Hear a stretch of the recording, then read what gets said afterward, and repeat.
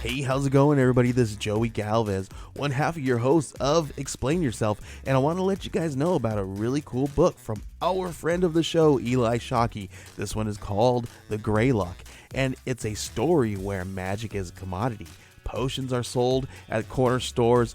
Orcs and dwarves earn a living in cubicles, not on the battlefields. But there are those who resist the house's magic's laws. Branded a criminal and forced to live as a wand for hire, there is a spell slinger they call the Greylock. Check this one out. You guys can pre-order issue 3 right now with code JAN241939, and make sure you guys are heading over to your favorite LCS and letting them know that you want Greylock number 3, and maybe pick up the first 2 issues. You could do that at the Scout web store. So make sure you guys are grabbing the Greylock number 3, JAN241939 at previewsworld.com. Okay, everybody. I have something really cool to tell you about. If you haven't heard yet about Anchor, it's the easiest way to make a podcast. Let me explain here. It's free. There are creation tools that allow you to record and edit your podcast right from your phone or computer. Anchor will distribute your podcast for you so it can be heard on Spotify, Apple Podcasts, Stitcher, and more. You can make money from your podcast with no minimum listenership. It's everything you need to make a podcast in one single place. Now, the way that you can do this is you got to download the free Anchor app or go to anchor.fm, and then you can get started. It's really fun. We just switched over recently here at All Too Real 2, and I'm enjoying it so far. So be sure to check it out and let us know what you think.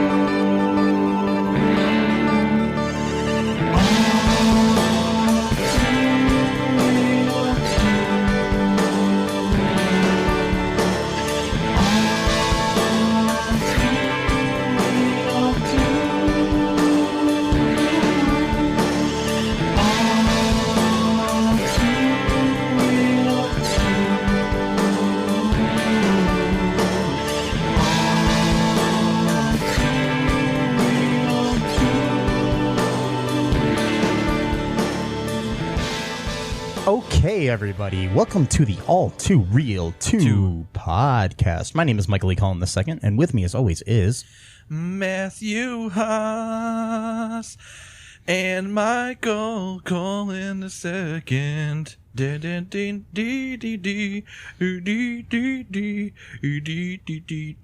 Okay. Anyways, so folks, this is our reaction and review to the 2019 Guy Ritchie film Aladdin, produced by the Walt Disney Corporation.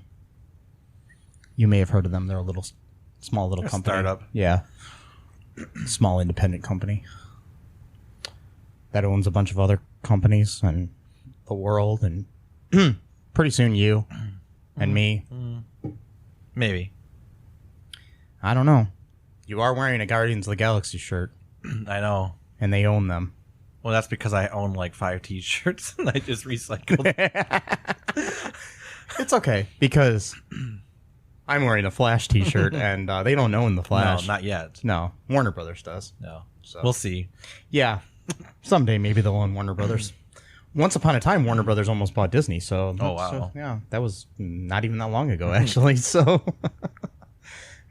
times they change. Times they are a-changin'. Okay, this movie, which is a remake of the 1992 animated film that starred Robin Williams and Scott Wenger and other people. Those are the only 2 names I remember. Oh, yeah. What's his face? Gilbert Gottfried was in it, too. That's right, yeah. But Robin Williams was the big show in that one. This movie we have a new cast. All new cast. That we do. Yes. Tell us who played the genie in this version. Mr. Will Smith from Fresh Prince of Bel-Air fame, Independence Day, Hitch, bunch of other movies that I can't think of right now, but pretty much every movie. That movie where the football players get concussions and stuff. That's right, that one. So many good. Well, there's so many good movies, and known for like songs like Getting Jiggy with It. Right. Yeah. Pursuit of Happiness. Oh yeah, that was a good movie. Really great movie with his son. Yeah. It was. Yeah, it was. Mm-hmm. So. And we have newer comers. I mean, they both been in things before, but we have Mina Musad as Aladdin. He was pretty good, I thought. Naomi Scott as Jasmine. We have Marwan Kenzari, I think I'm saying that right, as Jafar. And then we have Naveed Negaban, I think I might be saying that wrong or whatever, as the Sultan. We also have some new characters in this version here. We have Nasim Pedrad from, you might know from SNL fame, and she was also on The New Girl, and she did an episode of Brooklyn Nine-Nine, and she's done a bunch of other stuff. She was playing this new character named Dahlia, who is the handmaiden to Princess Jasmine. And we also have Billy Magnuson as Prince Anders, who was kind of a dorky, stupid prince that was in this, So, and you've got your standards, you got your Iago and other things in this as well. Not voiced by Gilbert Godfrey this time. I believe this time he was voiced by me. By Matthew Haas. No, he wasn't. No. We also do have in like kind of a beefed up role in this, we do have Newman Akar as Hakim, the head of the guards. Oh yeah, that's right. Yeah, he was kind of given a bigger role in this than in the animated version. Alan Tudyk did the voice of Iago. The Cave of Wonders was voiced by the ever talented Frank Welker, who was also the voice of Abu in the original movie and the Cave of Wonders as well. So yeah, he reprised his role of the Cave of Wonders. So we do have one returning cast member. You might know Frank from his roles as Freddy in the Scooby-Doo franchise forever, and also as Megatron in the Transformers cartoons, as well as Ray on The Real Ghostbusters, among a bazillion other voices. So yeah, cool. I'm sure you've heard him before. I probably, yeah. Yes. Anyways, so what's different in this movie? At the beginning of this movie, what do they start out differently here in this, Matthew? Well, it starts off with the genie as a human now. Yeah. On a boat with his family, and you don't see his wife. No. In the beginning, and he's basically just, his kids are kind of just like, oohing and eyeing at this like really big ship, and he's basically telling them that just because it looks nicer doesn't really mean that it's better or whatever. And then he starts telling the story about Aladdin, and then it kind of goes into the past. He starts singing the opening theme, the Arabian Nights, just like Arabian Days.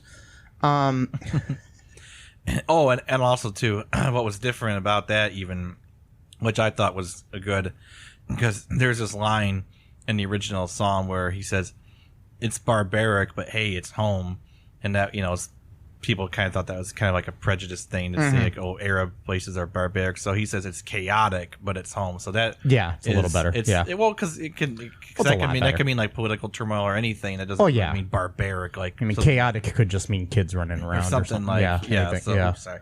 And so that part was a little bit different. And then but then after that, it kind of follows pretty much the same story, but with a little bit differences here and there. Yeah. Basically, they they took some liberties with it from the original. I mean, the original was based on a story that they took major liberties with. So, as we've covered previous incarnations of Aladdin for this podcast this past month, you know that there are different versions out there, folks. But this was interesting. They did beef up the character of Jasmine a hell of a lot. Mm-hmm. A whole of a lot, I said. A whole of a lot? A whole of a lot. It's 2 a.m. here, folks. So, yes. Yeah, we went and saw like the premiere locally of this movie, so we're kind of... Which I was surprised. It was just us and like 5 other people. Yeah, there was like nobody in the theater. I hope more people are seeing this movie. Yeah, and not just like... It was actually good. It's a really good movie. Yeah. So, and I'm not a fan of Guy Ritchie much as a director. Yeah. I really... This is probably the first Guy Ritchie film I've actually liked, and I know that as an indie filmmaker myself, that's kind of like a bad thing to say because a lot of people love like Lock, Stock, and Two Smoking Barrels and Snatch and stuff like that he's directed, but I'm not a fan. Really not a fan. But you like this one. Yeah, I did. I'm just not a big fan. He kind of, I think, gets a little bit more credit than he deserves. Anyways, yeah, whatever. That's cool. I mean, he's proficient at his job. If you do want to work with me, Guy Ritchie, though, I will definitely work with you, I swear. If you'd like to be on our podcast and talk about the history of your work and convince me otherwise, message me at mike@cohenpark.com. I don't think he's listening. Probably not right now. Maybe eventually. Yeah. As we grow and expand. And we venture out into a whole new world. Yeah. Of podcasting. Yes. A whole new podcast. Anyways, so, what, you know, I mean, we could go through the plot of this and explain how it's better and how it's different, but, I mean, the one thing that's really cool is the people actually did their own singing, unlike in the original, where the people that did the voices didn't do the singing most of the time, except for Robin Williams and, stuff like that. And in the sequel, we got to hear the wonderful voice of Gilbert Gottfried. That wasn't too bad. No, when he wasn't too bad. He wasn't doing that scratchy. Yeah, not as much. You know. I don't know. What would you say was your favorite change to the movie? You know, like specifically, Matt.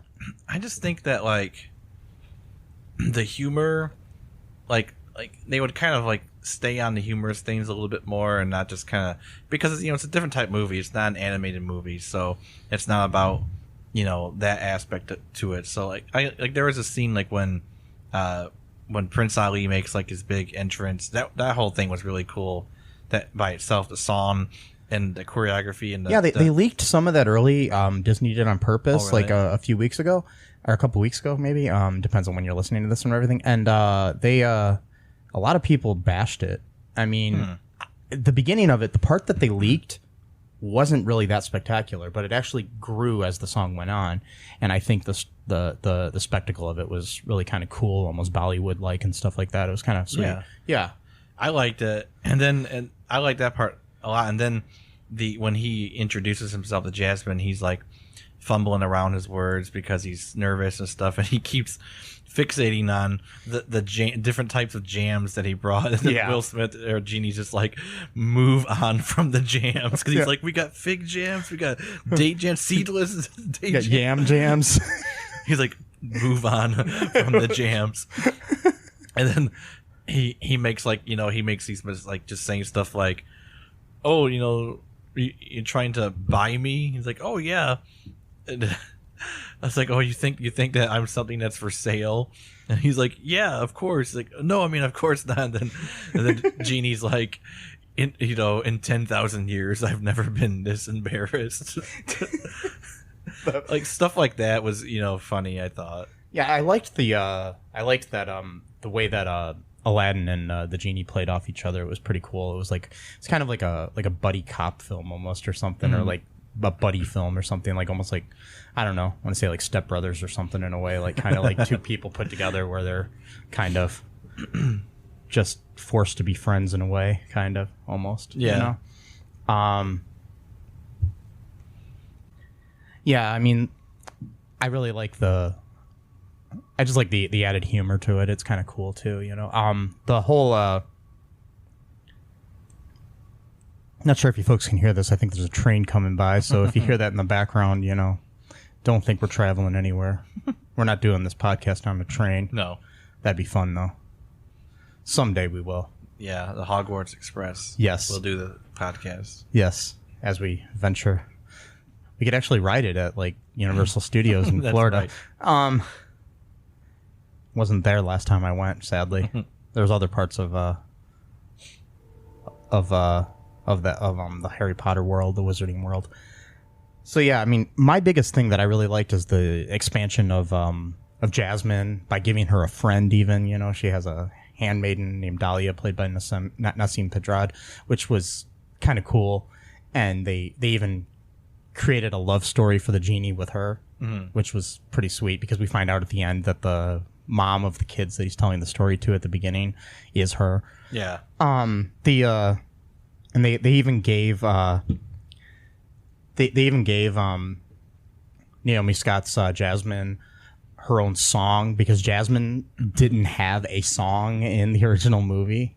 They wrote this song called Speechless, which was pretty cool that Alan Menken returned to do the music for. He did the music for the original, and the lyrics were written by new writers, Ben Spacek and Justin Paul. So yeah, I love that song. It was pretty sweet. I thought it was a really good song, and especially when they had the reprise of it later.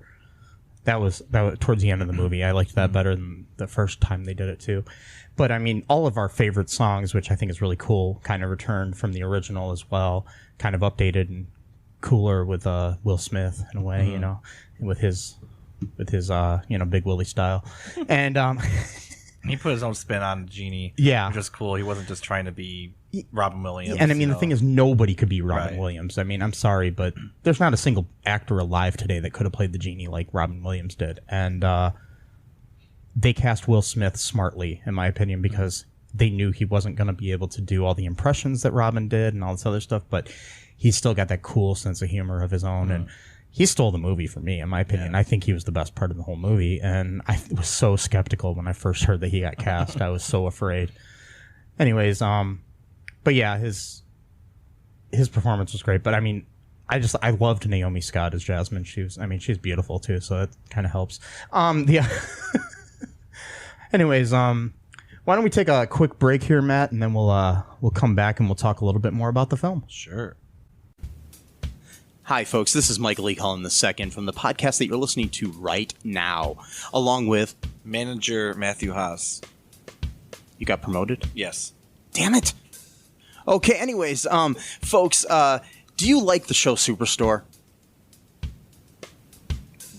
Well, I don't know. I asked the folks and nobody's answering me. Because they're not here. Oh, but we love damn it. Yeah, we love it, though. Okay, folks, if you like it as much as we do, you're really going to like the Super Story podcast, which is a podcast where Matthew and I go episode by episode and give our little opinions and thoughts on it. Sometimes we have guests, sometimes we don't.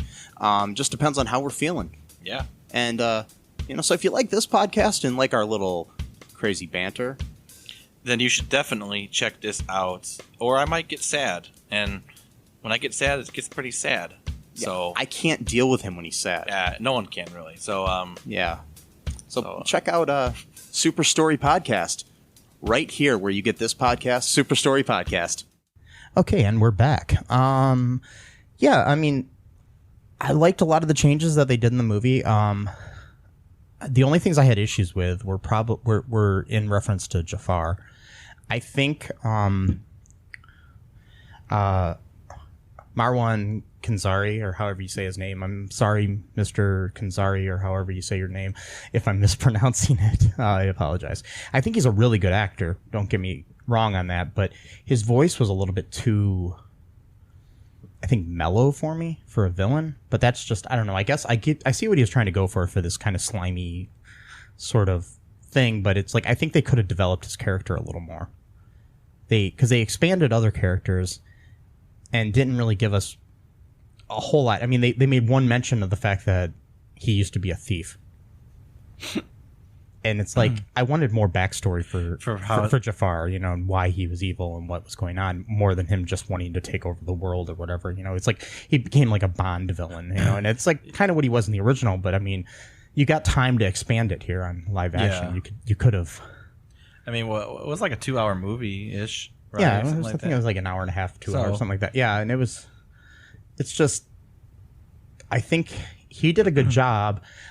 I also don't, I think that, I mean, I know what they were going for to kind of almost more realistic with the parrot, with Iago, than in the original where he's kind of a complete character who talks and everything like a human. But I would have liked to have seen, as much as I love Alan Tudyk, I would have liked to have seen Gilbert Gottfried reprise the role. That's just me.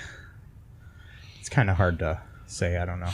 I did like that scene though where he turned him into like a really huge parrot. Yeah, sorcery. that was pretty sweet. That was pretty. Yeah, it was over 2 hours. It's 2 hours and 8 minutes. Okay, well, I guess it didn't seem that long to me. no, it didn't. No. Yeah, That's a good pacing for a movie right there. Yeah, when it doesn't feel as long as it. Yeah. I mean, that's the other thing. There was actually a couple times where I thought the pacing was kind of weird. And but that's Guy Ritchie. Well, there was weird things I noticed too. Like they were really not so much of a complaint, but like it seemed like at times that like it was like they were being sped up when they were walking. Was that just my eyes deceiving That's me? Guy Ritchie.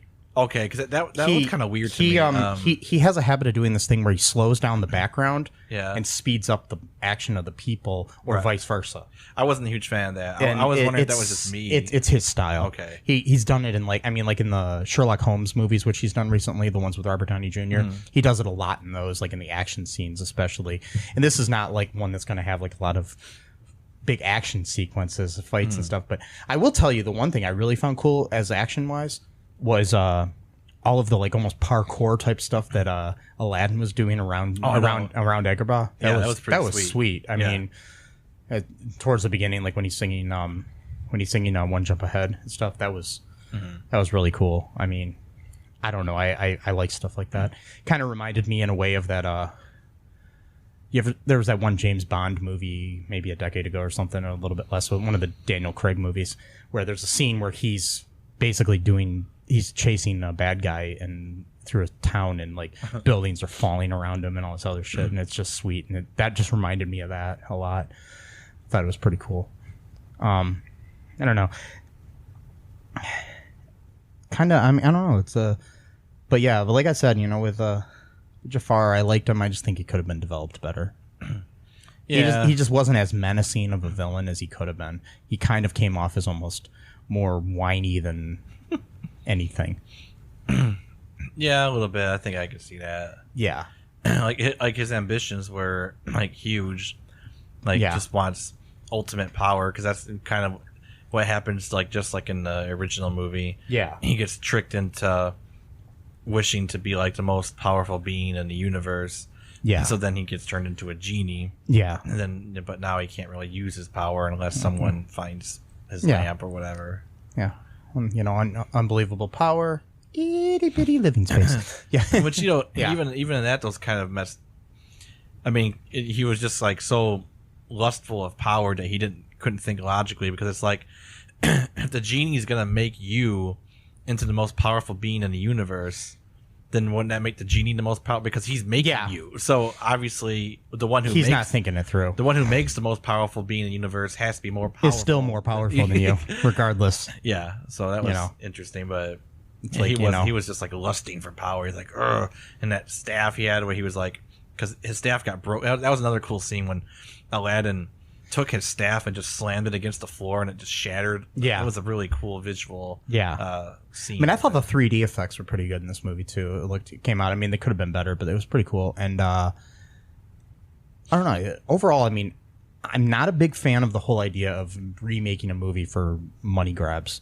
Mm-hmm. But this seemed like more than that. I mean, it actually seemed like somebody cared when they were writing this, and it was there, and they cared about, like, almost in a post Me Too world, sort of like kind of giving a woman a point of view too, and I respect that a lot. And I also respect the fact that all of the main cast members except for Will Smith were of like Middle Eastern or Asian descent or something. It just seemed like that was better than casting a bunch of white people and putting brown face on them or something. Yeah, and that's the thing too, is I didn't even notice that consciously. I mean, I would just watch. Yeah. I'm like, this is a really good movie.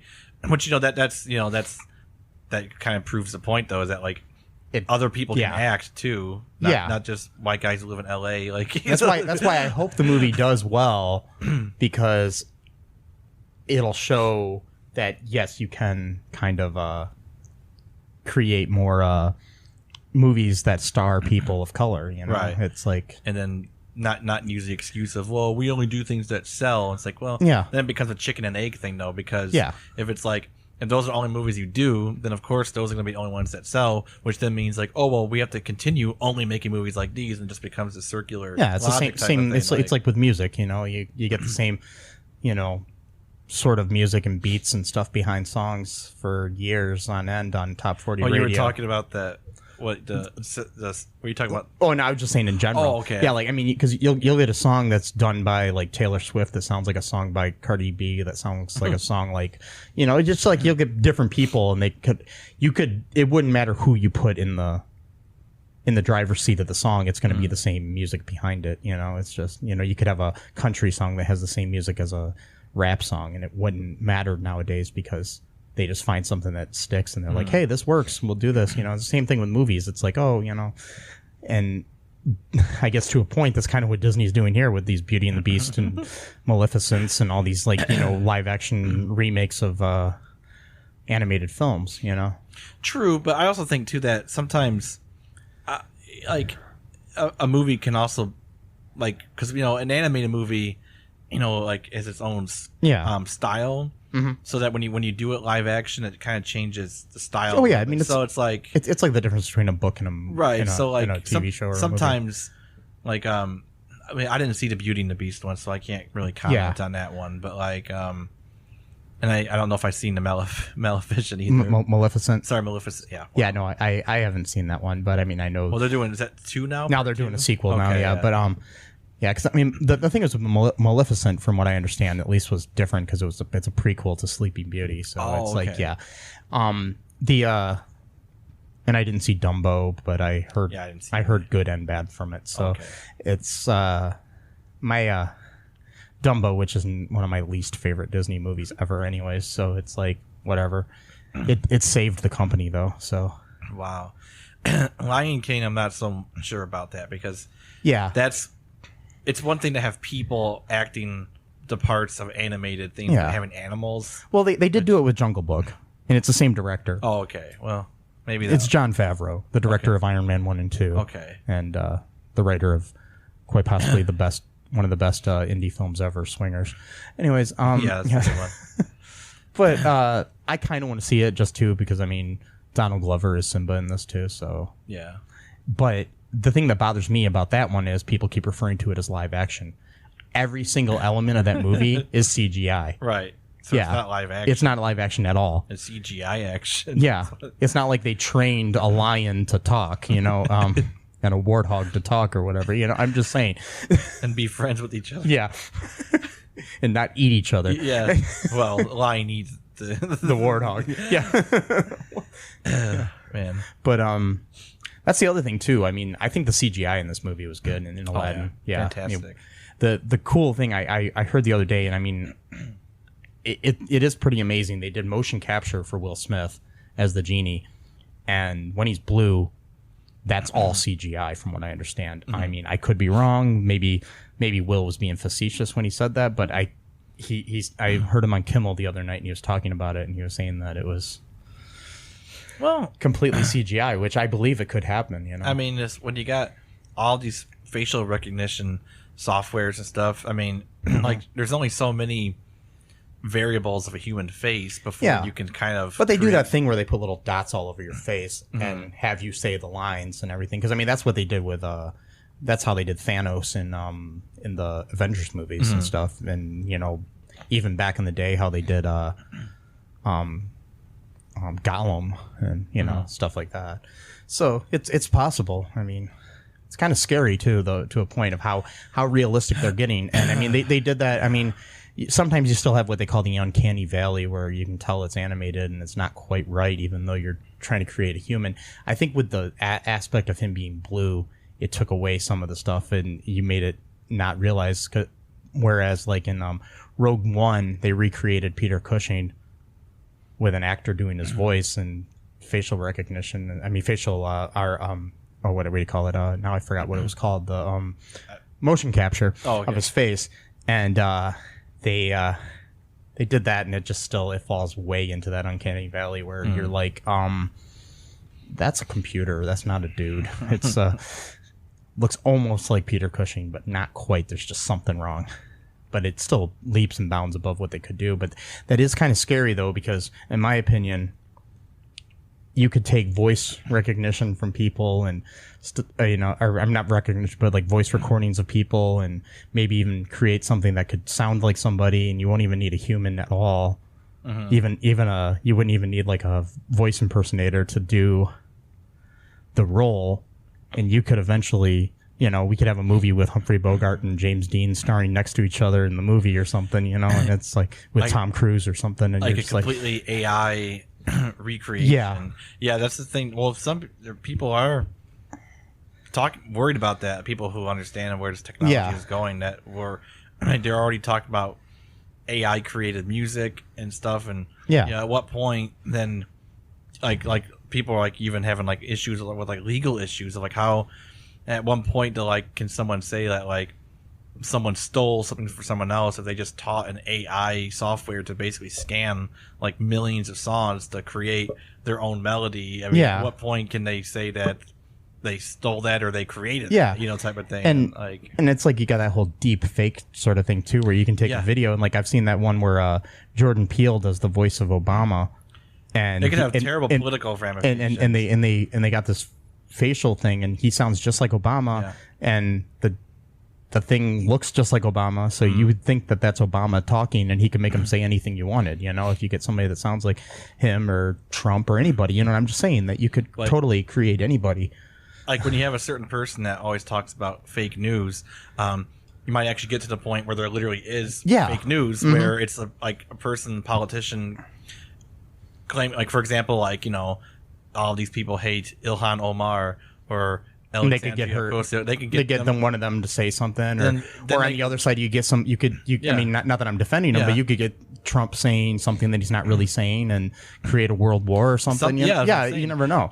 I read an article. I sound like Jonah now from Superstore, but I read an article the other day about basically it said deep fakes are coming, and it's like completely disastrous for democracy. Because until people eventually, once they get used to something, they'll be able to kind of suss out what is fake and what's not. But at first there's not. There's gonna probably still be a way to technologically tell what something is, and there might be ways that you have to prove that something's a real video. But it's just kind of scary that, I served on a trial for a shoplifter, and one of the things that we had into evidence was video from the retail store that the girl was shoplifting from, where we actually saw her taking things out of the store on video. But that could easily be faked now. Right. Where they could put me in a JCPenney stealing stuff, and then I go to trial, and all of a sudden I'm in trouble for stealing from JCPenney, and I never even stepped foot in there. You know what I mean? It's just... Yeah. It's wild. Yeah, it's kind of crazy, but hopefully things don't ever come to that. Yeah. Let's take another quick break here, Matt, and then we'll come back, and we've got some trivia and some other things to talk about before we wrap things up here about Aladdin. Cool. Magus Elgar's apprentice, Udo Malaki, comes from a family of dangerous, exciting casters. Hi, I'm Udo Malaki, and, I do magic. Even if his ambitions only go as far as staying alive.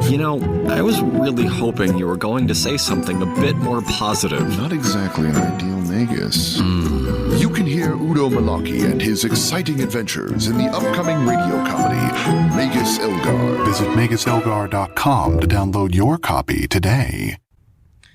And we are back. We are back. Sorry. We are back. You ought to know by. Okay. So, sorry. Got a little bit of a Billy Joel moving out stuck in my head. So, I pulled up the good old Internet Movie Database here. Got some trivia about the movie. Sir Patrick Stewart campaigned for the role of Jafar. He had previously turned down the role in 1992's Aladdin and regretted it ever since. Okay. This film has also been homaged in 2 previous Disney... Actually, I'm glad, though, that they didn't cast Patrick Stewart as much as I love him. It would have been weird because he's white. And also, like, 80-something years old. Yeah, but still. It's Patrick Stewart. Yeah. He's looked he's looked like he's 80 since he was 35. Pretty much. So, I mean, it's just... Pretty much. The guy doesn't really age much. No. Yeah, this film has been homaged in 2 previous Disney live-action films. The Jungle Book in 2016, The Genie's Lamp was spotted in King Louis's Temple. In Beauty and the Beast, there was a model of Agrabah Castle that appeared during Be Our Guest. The reason Guy Ritchie was primarily interested in doing this film was because it was Disney's story he was closest to. He said, "My stories are really about street hustlers. That's what I know how to do. And Aladdin is a classic street hustler who makes good." He also decided to do a children's film for his 5 children. That's cool. Yeah. Yeah. Will Smith, it says, recorded Friend Like Me on the first day that he met the composers. Oh, wow. There were rumors early on that Gilbert Gottfried would be reprising his role of Iago from the original franchise. However, it was later confirmed that Alan Tudyk would be taking up the role. The filmmakers took an extensive casting call to find actors for the that were right ethnicities for the film, having an Arabian setting. In the end, the cast was comprised of Arab, Middle Eastern, Central Asian, Southern Asian descent actors. Egyptian-Canadian actor Mina Moussaad played Aladdin. Anglo-Indian actress Naomi Scott played Jasmine. Dutch-Tunisian actor Marwan Ganzari played Jafar.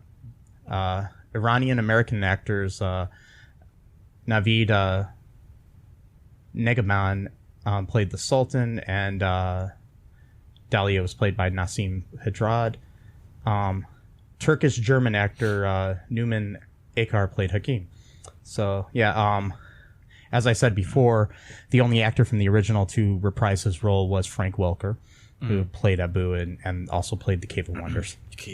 But he also did the voice of Abu, the little monkey sounds and stuff. That's awesome. Also, it reminded me about what you said earlier about the CGI. Yeah. That Cave of Wonders scene was sweet. Awesome. I mean, wow. Yeah. That was it was beautiful. That was such a good... And I'm pretty sure that Abu was completely CGI. Oh, really? That monkey. I mean, that's pretty good. That's pretty sweet. It looked like a real monkey. Yeah. It's amazing what they can do nowadays. What about Raja? Was she CGI? I'm pretty sure. Okay. She probably was. Yeah, because I don't think they would have the actors that close. Probably not. Yeah. That close to a huge tiger. I didn't think about that. And this I'm not going to name them all, but this is actually Alan Tudyk's 8th Disney film. At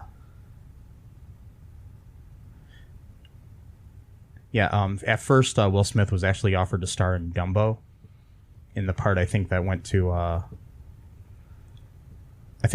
Colin Farrell, and he turned it down and wanted to do this instead.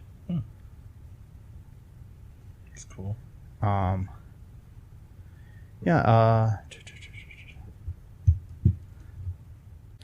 Okay, so another thing, Jim Carrey was offered the role of the genie.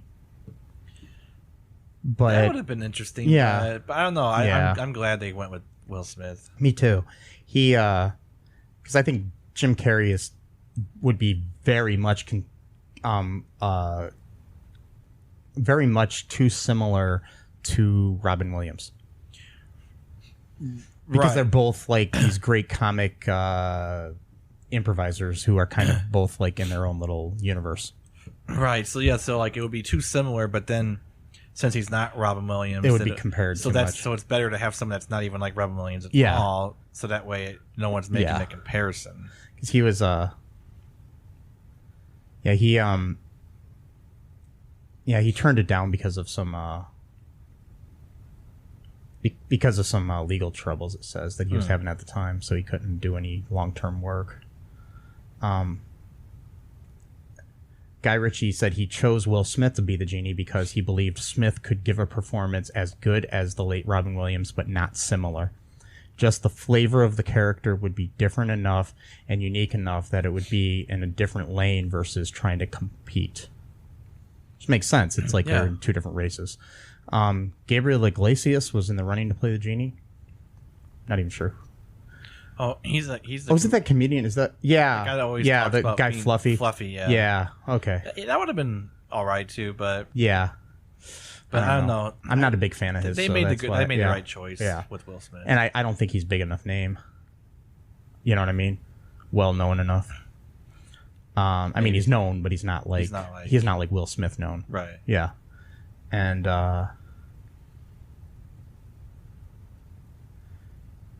during the campaign, after Marwan Kenzari was cast as Jafar, the media started calling him Hot Jafar because he's hot. I guess the guy's completely ripped, like too. Like he's really? like, yeah. I saw a picture of him the other day with his shirt off, and the dude is like, yeah, like Shredded. unbelievably shredded. Yeah, it's kind of creepy. Anyways, and yeah, I hope that they fix this, but I guess a lot of the writers from the original movie didn't get credited on this movie, even though the story was written by them. And so I really hope they fix that. I didn't pay attention to see if they did, but I really hope that they did. Why don't we take one quick other break here before we wrap things up, and maybe we can read a couple of reviews, like if there's any online, and then we'll end this here, Matt. Okay. And we'll be right back.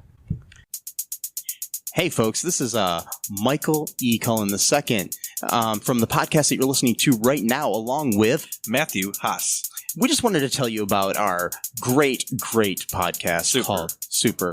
It's called All Too Real. And on that show, what do we do, Matt? We watch biopics, and then we talk about whether or not the movie matched up with the real story or not. So It was a lot more exciting than that, though. Yeah, so we analyze the real story and the real story. Get it? Get it? Real. Yeah, they're spelled differently, folks. You can guess which one I said which way. Uh-huh. Anyways, so sometimes we have a guest, sometimes we don't. But we talk about great movies like Shattered Glass and The Social Network and Futile and Stupid Gesture, among others. Those are some of the ones that we've covered so far, and we're going to cover a lot more. So please subscribe on Stitcher, Apple Podcasts, Google Podcasts, wherever you find your great, fun podcasts. And be sure to share it with your friends. Do it. Do it. Do it. And make sure you're not afraid to get all too real. Bye-bye. Okay, and we are back. We are back. And so I'm searching through the Internet Movie Database here, as we do. As we shall do. Yes. Do shall.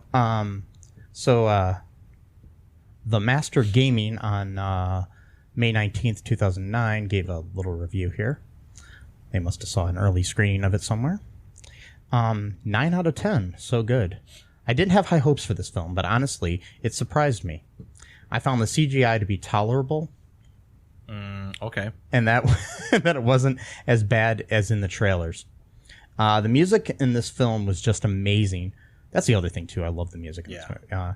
It was the perfect mix of the original with some new elements, and it just gave me chills every time, specifically Friend Like Me.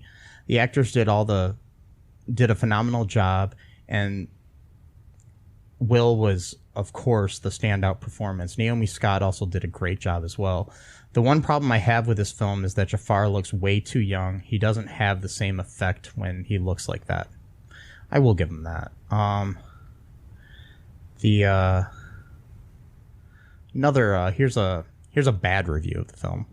It's a really short one.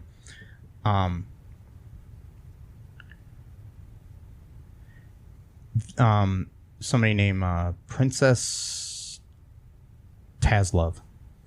1 out of 10. The old version is better.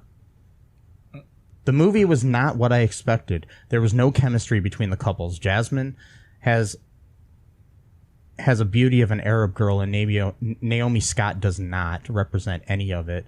And I don't get a Disney princess vibe from her.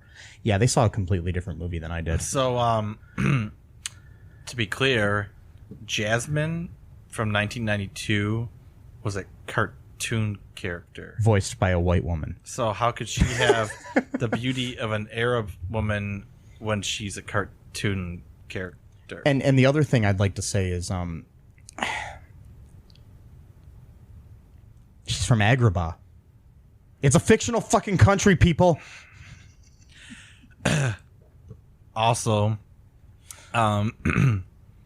people from the Middle East, just like black people, just like all other Asian people, they do not all look the same. Yes. So, like, I knew this one dude when I was in college who sometimes I would see at the mosque. He had red hair. He looked almost like my neighbor from down the street when I was a little kid, who's Scottish ancestry. This guy was from Syria. So, like, you know, like, I mean, like, to say like, oh, she doesn't look like a beautiful Arab woman because a cartoon character looks different than her. Like, okay, I guess. And the stripes on Raja were different than the stripes on Raja in the cartoon. I know, so that's completely different. You know, so I'm just saying. The tiger sucks now. It doesn't look like an Arab tiger. It doesn't look like an Arab tiger. Or an Agrabarian. I don't know. Agrabarian. That sounds like some I know those Agrabarians. They ruined our country. Those Agrabarians. They shouldn't be allowed to vote. I don't know. Well, did you ever see the thing? There was actually a poll done online. Yes.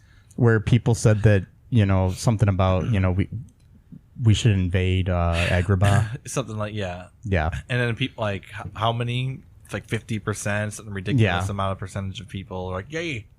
Well, right. It's like the recent thing where people were saying that they didn't think we should be teaching Arabic numerals in school. Oh, yeah, I remember that one, too. That one's just sad. Yes. It's like,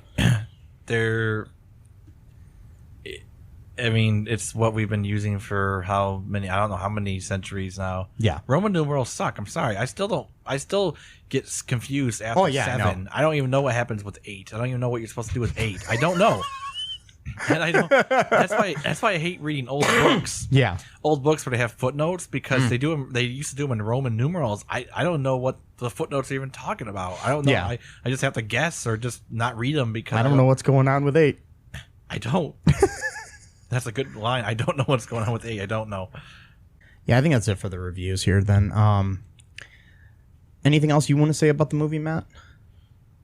I don't know. I'm just trying to remember because, you know, we just saw it like a few hours ago, so I'm trying to remember like I'll probably end up remembering more over the next day or so, but just like I really love that Cave of Wonders scene with the coins. It was pretty cool. And the ruby, and then when Abu picked up the ruby, then like all that lava and fire and stuff like that just came out. That was such a cool scene. So this is going to sound weird to some people probably listening and everything, but okay, because a lot of people didn't like this movie.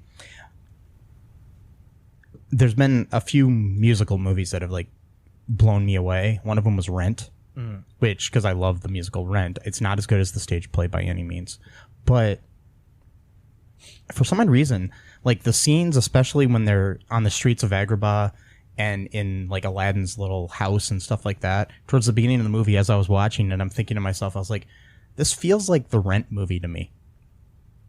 I don't know if it's the whole like living in poor conditions and stuff like that. It had in the way it was filmed and certain things like the lighting and different things like that, it just really reminded me of Rent for some reason. In a good way, not in a bad way by any means. So we're not gonna pay. Yes. we're not. But yeah, it was like in a good way. I don't know what it is. It was something, yeah. I don't know. It was just interesting. Like, I mean, it's not like all over the movie, but it's just like, I think it also just had that feel, and it was like sort of like in the spectacular aspect of it, where I just love, there's something about musicals. When I was a kid, I hated musicals. And then I did one in high school. I like worked on one. I wasn't in it. I was in another one later. But I worked on Godspell in high school on the crew and designed the set and stuff. And after I did that, I was just like, okay, I love musicals now. And there's just something about this. And I mean, this is. I mean, there is a Broadway musical version of Aladdin out there, which I've seen a lot of clips of and stuff like that, and it looks beautiful. I would love to see that too. But there's something about it when it's put to film as well that just blows me away. The whole idea of somebody singing, it's just, I don't know, it makes me want to cry sometimes. Yeah. Well, when you do it right. Yeah. Then I mean, because there's some musicals, like a certain one that begins with the phrase part 2 or part 1 and 2. Mamma Mia. Oh, that one. I was thinking of the first letter, not the end. Yeah, I didn't want trying to disguise it. I didn't want to say it, but yeah. Apparently, some of those movies aren't. Yeah, here's my thing, people. Matt got me on this little thing. Okay, so the cinematography in this movie at times was kind of sloppy. I'll tell you that in Aladdin, but that is Guy Ritchie's style at times. He's kind of an indie filmmaker, kind of comes from that. And it worked to his benefit in this because of the whole aspect of this. Okay. Now, when you're doing a movie based on one of the most popular Broadway musicals ever, named Mamma Mia, and you decide that you're going to have a song with Pierce Brosnan and Meryl Streep singing to each other on the side of a fucking hill, and instead of cutting to close-ups, which you can do with film, by the way, I just telling whoever the fuck the cinematographer was on that film. Whoever it is never going to want to work with me. I just know that, and I don't care. Anyways, cut to some fucking close-ups of Pierce and Meryl. They're both beautiful people. Cut to their faces. Come on, people. I'm just saying, for like most of that song, it's just two people on a fucking hill in the distance singing to each other.